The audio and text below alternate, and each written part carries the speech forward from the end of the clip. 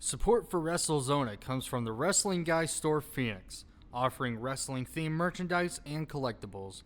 More information at WGSPHX.com.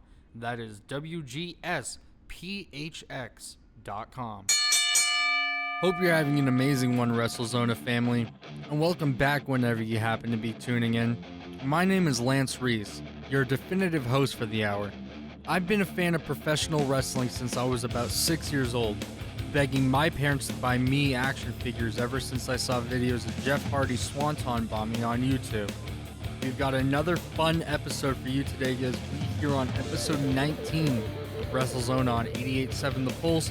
We'll cover what's happening in WWE, All Elite Wrestling, the Indies, and even wrestling here local in the Valley. Stay tuned to hear exciting wrestling themes. We also have some exciting segments coming up in our hour, such as our 10-bell history. We have an exclusive interview with Devin, remember the name, Reno. We got some new tunes from AEW Music as they have recently released their Hater Rave 2 EDM compilation. I was unfamiliar with the Hater Rave, but man, is this crazy. In recent news of WWE, recently released was Valhalla, Carlito, and unfortunately, fan favorite R-Truth has been released from the WWE. R-Truth was a staple of the WWE for a long time, and I can remember growing up and laughing at all his segments, still getting a laugh from him to this day. Let's listen back to some of R-Truth's funniest moments. For the first time ever, your 24/7, 48/7, 7-Eleven, I-95 South, and now Lexington, Kentucky, European TV champion is officially declaring the Royal Rumble. R-Truth is in? The bigger they come, the harder they fall. You may be a big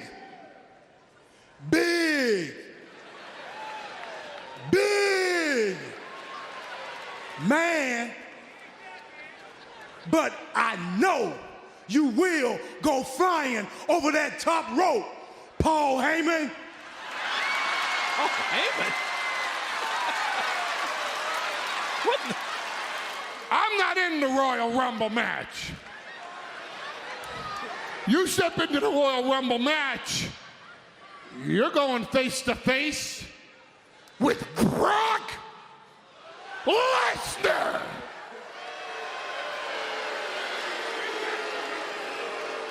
My bad.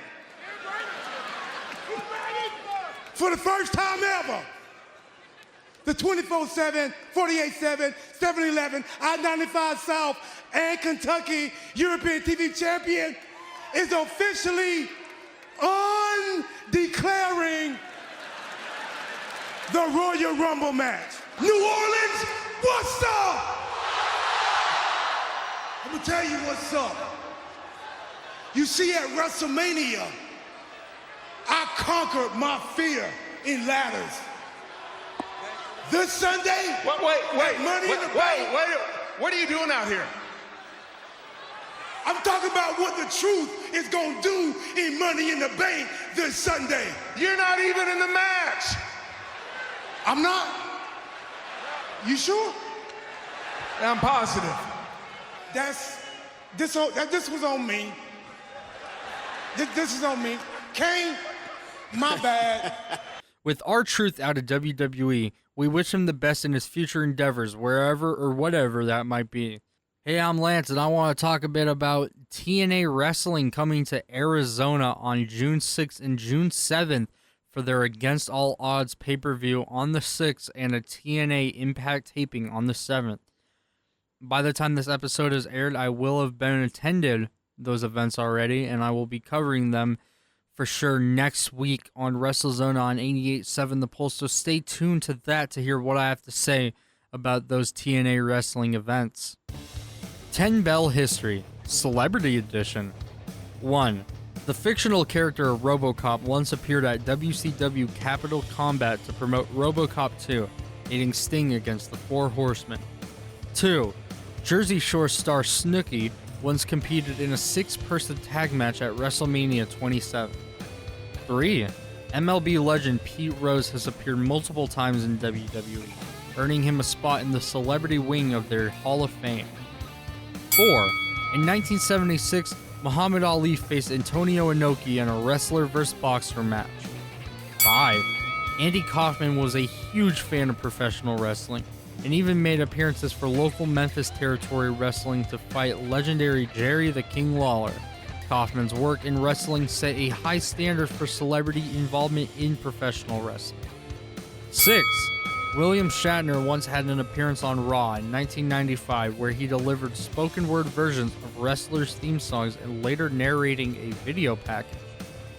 7. Shaquille O'Neal once competed in the Andre the Giant Memorial Battle Royal at WrestleMania 32. 8.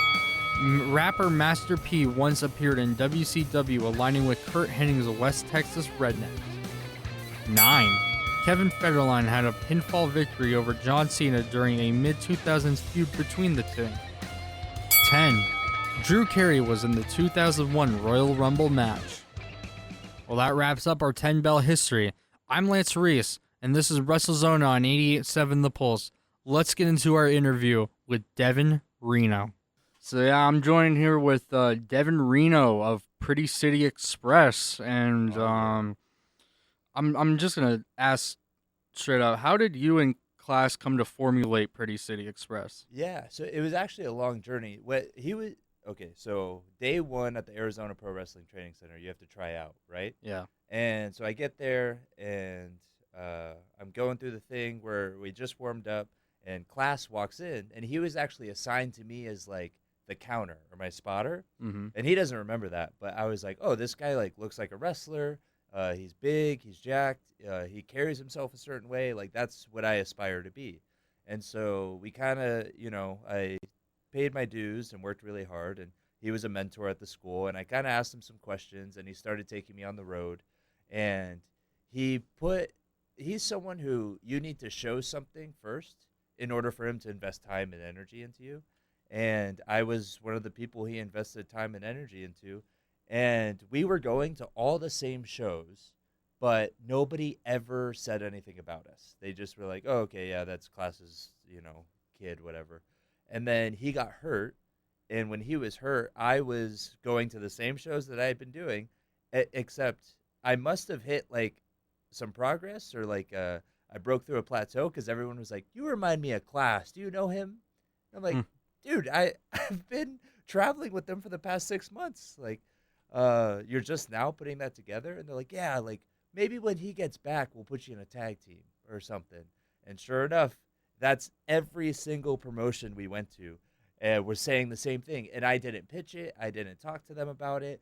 They didn't talk to each other. They just saw us separately, and they were like, oh, and I think because they missed class, they wanted someone to fill that void. And so when he was coming back, I was like, hey, man, just a heads up. I'm not trying to do this, but I think we're going to be a tag team. And he was like, no, that'd be perfect because I need to get back in, and I need to, ease my body back into it. And I felt bad because, are you familiar with Class? Has he been on here? He hasn't been on here, but I'm familiar with his work. He'd be a good guest, but he is like, he has star written all over him. He's the top of the card everywhere he goes. He looks great. He's a phenomenal worker. He's an actual psychologist for his job, so he's very smart. And for me, that's so much pressure. Like, okay, this is my mentor, my big brother, and I have to make sure when he gets back, I'm not holding him back. I need to rise to his level. And if he's going to be kind of put in a tag team where he was, rising up the card as a singles guy everywhere and getting on the map, then I need to pull my weight. And so that kind of led to us, like, starting to tag. And as soon as we tagged and we saw us on camera together, it was like, oh, okay, this is meant to be, So from there, we just started really, really working, and we had different names everywhere. Some places we were Billionaire Boys Club. At Ultra and PCWEZ, we were Power and Privilege. Other places just called the Class in Reno, but they were all like, this is our name, you can't use it anywhere else. So when people were referring us or wanting to book us, they were like, what do we call you? And we had to like get them to change their flyers because that name wouldn't fly with this promotion down the road and all that stuff. So we were just like, you know what? We're Pretty City Express everywhere. And we kind of rebranded at the beginning of this year, and we've really, really set some good momentum going forward. And I'm really excited for what's coming up for sure. That's great. So you mentioned, kind of jumping around, you mentioned how he's a bit of a mentor to you. What can you say about your other mentors, like Dr. Tom Pritchard? Yes, yeah. So Dr. Tom is awesome. There's an issue with Arizona wrestling that I believe is we're kind of isolated from everywhere else, you know? Like, you go East Coast, there's a pop and indie scene out there. Yeah. Because it's a 3-hour drive to everywhere, essentially, at least Northeast.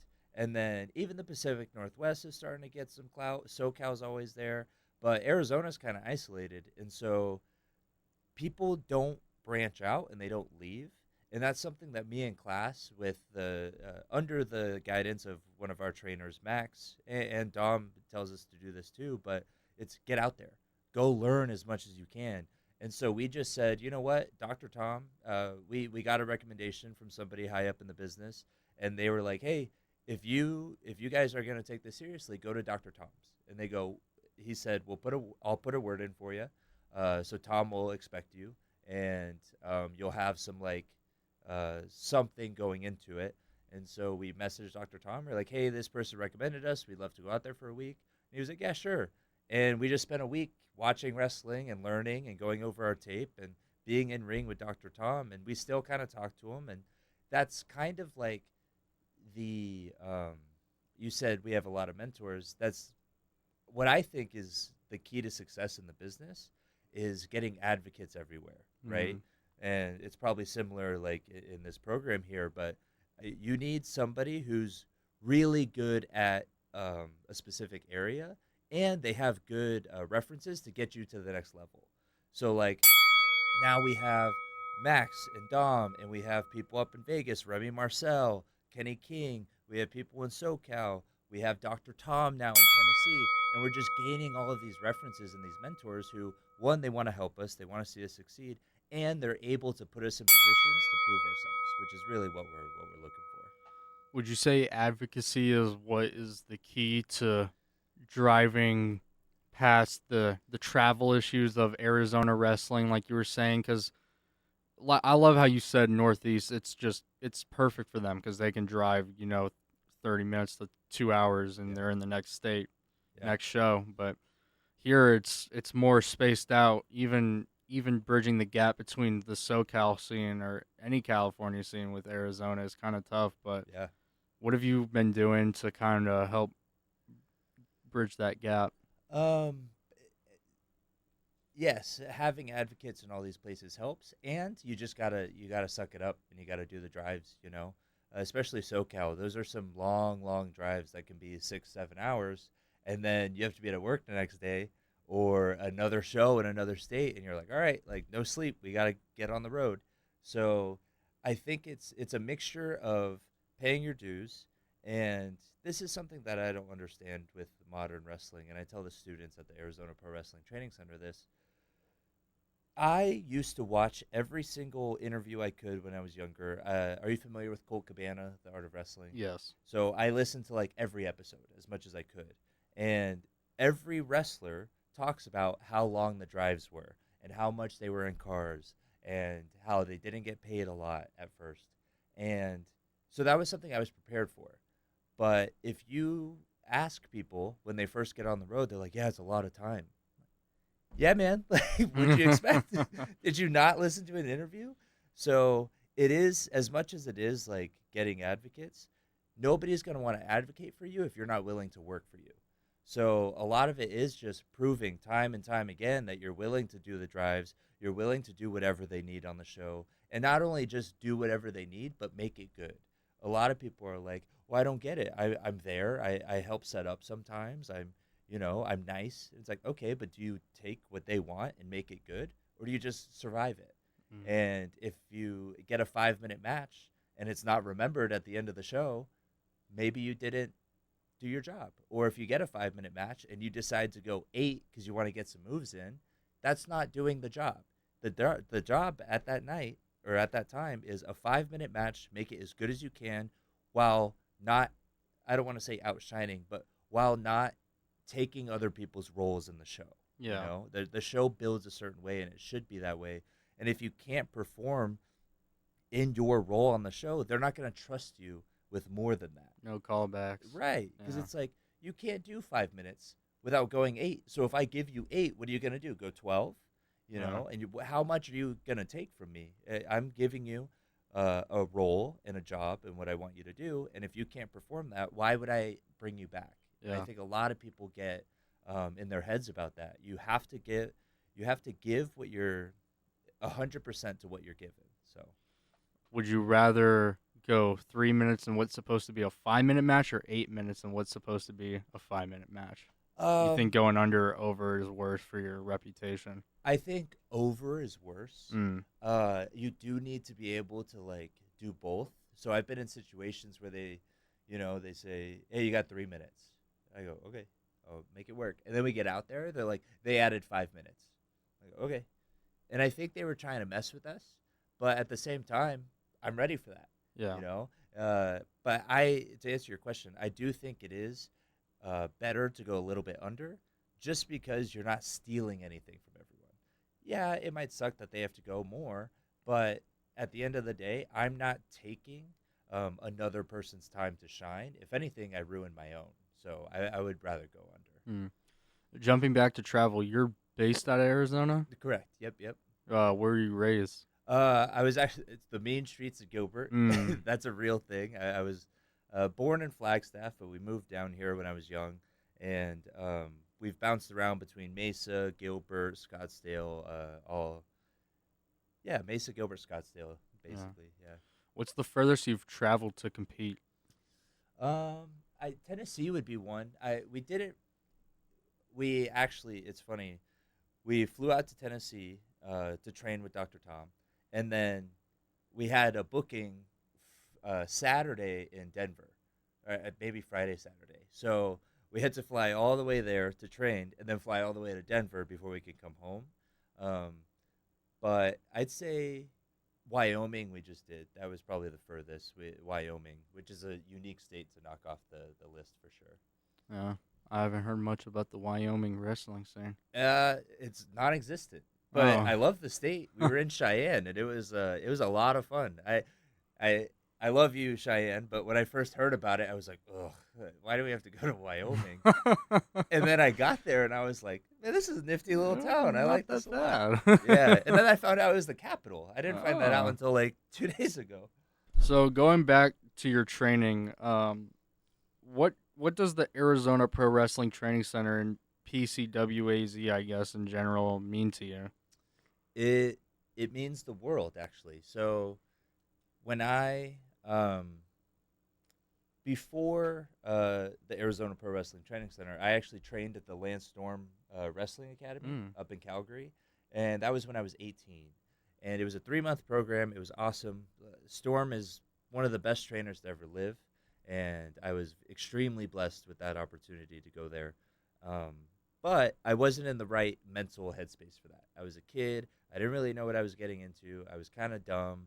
I shouldn't talk bad about myself. I'm trying to do better with that. But I was kind of not prepared or not mentally strong enough to deal with the challenges. I was in a relationship at the time. That was my first relationship. And I used to say, like, yeah, she kind of, like, that relationship kind of bogged me down, but that's just an excuse. You know what I mean? Like, I've come to terms with that. It just wasn't the right time in my life to be doing that, as much as I loved wrestling. So when I was up there, I convinced myself that wrestling wasn't for me. And I was like, yeah, like, it just wasn't what I thought, which is I was lying to myself and everyone else. But in 2020, when the pandemic hit, I was extremely depressed. And I was like, you know what? I'll give it one last shot. I'll try wrestling. And if it doesn't work, it doesn't work. There we go. I can at least, leave the planet knowing I did my best. And I gave young Devin's dream. I always think about 12-year-old Devin. I gave 12-year-old Devin's dream a fair shot. And so I started doing some research. I found a couple schools around the area, but I was a personal trainer at the time. And one of my clients was like, oh, you're into wrestling. Like, you should really give the Arizona Pro Wrestling Training Center a shot. And I was like, oh, okay. Like, I wasn't too familiar with that. Why? She's like, well, it's in Mesa.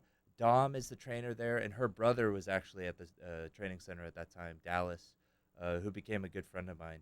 And she was like, he's changed Dallas's life. Like, he's done so good just in terms of everything, not just wrestling, but as a person. My brother has grown so much.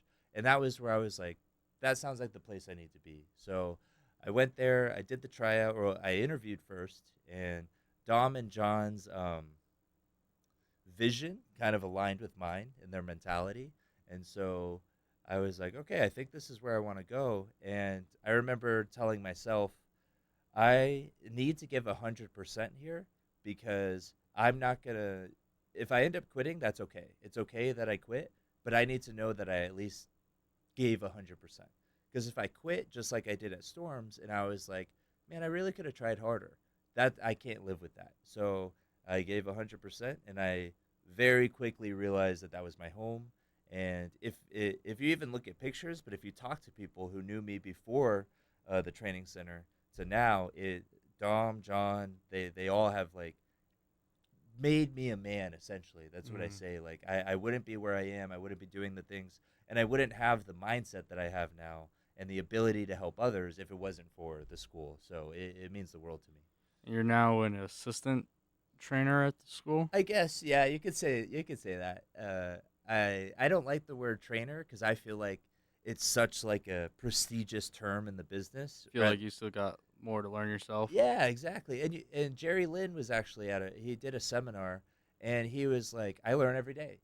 And if Jerry Lynn can sit there, who's one of the best in-ring technicians probably ever, if he can sit there and say he's still learning, who am I to say that I know everything? Or like, if you're 7 years into the business, who are you to say? You know what I mean? Yeah. Like, you never know everything. So the trainer word should be a little bit more prestigious than it is, because nowadays anybody can be a trainer or call themselves one. But yeah, I have started helping out, and that's truly like, if wrestling's my first passion, coaching is a pretty close second for sure. Where's your drive to be the best come from? Ooh, I think that's a genetic component, because my mom's gonna hate that I'm talking. Well, maybe she might not hate that I'm talking about it, but she definitely hated going through it, I'm sure. Every year from pre-K till I left elementary school in 6th grade, I had a separate parent-teacher conference where they would bring my parents in, and my parents were divorced, but they brought both of them in, and they said, this kid is way too competitive. He can't lose at anything. He can't lose at recess. He can't lose at school games. He can't lose at anything. And I remember my dad, and they did their best to, try to, I don't want to say stifle, but get me to understand that losing was okay. But one thing, and I started coaching kids when I was younger, that I realized is a lot of people stifle kids and their competitive drive by saying winning doesn't matter or losing doesn't matter. It's okay. And I don't think that's true. I think you should want to win, because if you're in a competition, that's literally the whole thing. Yeah. You should win. You should want to win. And if you don't win, that's okay, but you need to learn from it. And that's something that I learned at the Arizona Pro Wrestling Training Center. Like, if you fail, it's not the end of the world. And as a kid, I would be severely depressed if I lost, because I felt like a failure. And I remember being 12 years old, just like, I'm a disgrace to this world. I'm a disgrace to myself. Like, if I lost a game, and that was just, it's like hardwired into me. That's why I say it's genetic. But the idea of, oh, wow, I failed. How did I fail, and how do I make sure that will never happen again, is actually what I tried teaching kids when I started coaching, because I don't think it's a bad thing to be competitive. I think it's a horrible thing to not know how to lose. And so that's something that I wish I had when I was a kid. So instead of these teachers saying like, hey, you need to stop caring so much, they said, we need to help you learn how to care in a healthy way, if that makes sense. But it is very genetic, I think. It's always been that way. Genetically, like, got a hustler's mentality? I guess so, yeah, but only about certain things. Like, Yeah. as I've gotten older, it's like, I really only am competitive in terms of like wrestling and the gym. Like everything else, like I know people who are hyper competitive about everything, but if we're gonna play, I don't know, shuffleboard for fun, I don't care if I win. I'm like, whatever, I'll still try, and I'm not gonna be like that guy who's too cool for it. But back in the day, it used to be like my whole day would be ruined if I lost, and now I'm like, I don't really care about shuffleboard. Why do I put that much energy into it? I care about wrestling, and I care about improving myself. And I say the gym, but really I'm only in the gym because of wrestling. So I do think there's a certain like limitation to my mindset, the hustler's mindset. But in terms of wrestling, it's 100% for sure. Were you hustling when you were working at Harkins? Yeah, I was a miserable person, so I was not a hustler. But even then, I was trying to be a manager, and I was like trying to improve and trying to help the team out. And it's funny you brought that up. I would actually get in trouble a lot for, especially as a manager, for being the one who like would. I was a lot more hot-headed, but aggressively speak my mind if I didn't like something, or I felt like the company was taking advantage of the employees. I don't know how it is now, so I can't speak to it, but the culture when I was there was not a very good one. And I would get into a lot of trouble for saying some things that I probably shouldn't, but just pushing back because I felt like they weren't treating the team right. So that mindset was always there. Like, no, you're not going to treat my teammates like this. You're not going to treat these people who work so hard for you like this. And it also got me in a lot of trouble in a corporate environment like that. What movies were out during your tenure at Harkins? Do you remember? So I was working at the movies during the peak of the Marvel. Oh, yeah. Yeah, the MCU. Yeah. Like, Endgame actually happened on my 21st birthday, and I got Thursday night through Sunday off because it was my 21st, and my friends had all these things planned. We had a concert, we had a festival, we had all this stuff, and I remember telling, because we had I don't know if you were familiar or but they had like all night marathons around that time, and they had every single movie in the MCU leading up to Endgame, which was like a 2-day thing. Like people, then they'd play Endgame. yeah, Oh, at the wow. end, which is cool, Yeah. right? But this, like, people were living in our theater for like 2 days straight. Yeah. And I remember I go, look, I will work 5 p.m. to 5 a.m. on that last day, and then I'm gone. And they were like, okay, that's fine. And so I did that. But that like era of movies, that's when I was at the theater. What's a place you haven't wrestled that you would love to wrestle? Ooh. There's no top. All right. Well, the cop-out answer is WWE. Yeah. Haven't wrestled for them, but that's the goal. There's really any place I haven't wrestled yet, I want to. Whether it be AEW, TNA, Defy up in the Northwest, House of Glory, even the smaller promotions in these areas. Dreamwave, they're not a small promotion, but Reality of Wrestling, I want to get out to. There are so many places that I think me and Class can just fit really well in. The Northeast has Beyond, Limitless, Blitzkrieg, all of those.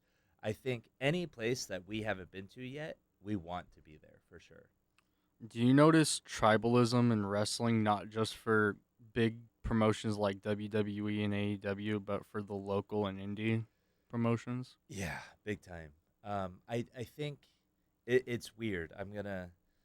So I think that tribalism between the workers and the fans kind of like parallels each other, or maybe that's the wrong word, but I think on the indie level, the workers and kind of the promoters are like, it's either us or them. Yeah. Right. And the fans are like, I'm going to go to whatever. I don't care. Yeah. And then as the ladder goes up, it starts to flip where the fans are like, oh, it's that company or this company. Yeah. I'm only supporting and then the workers are like, who cares? Who We're all cares? getting paid. It's so weird. And I don't know where that flip or that switch flips, but as I get progressively more, or as I progress more in this business, I'm starting to realize that, like, oh, all of these fans don't care. They just want to see wrestling on this level. Yeah. But then you watch the online discourse and you see the crowds and you're like, oh, they flip. Yeah. And I don't know where that flip happens. I think it's just involving the Triple H era and how things have kind of changed since, WWE has stepped down from Vince, and that sort of pride has, not really, I wouldn't say that was broken, but the pride was definitely took a step down. Sure, yeah, because people were scared to be wrestling fans. Yeah. They didn't want to admit it, right? I went through that. I was a kid who hit it for a while, but that's a good theory. I think that there's definitely some legs to that for sure. Mm. What's an expertise of yours that you pride yourself on? Ooh. I don't know if I'm an expert in anything. I think the thing that works to my benefit the most is my mindset. And I'm not trying to be like a motivational talker or like one of those, what do they call it? The manosphere influencers, where like, you just got to train hard and work hard. Like, I think it's just the ability to say, I don't know this thing yet. I'm going to learn it. And eventually I'm going to be confident in it. But even if I'm confident, I'm not arrogant.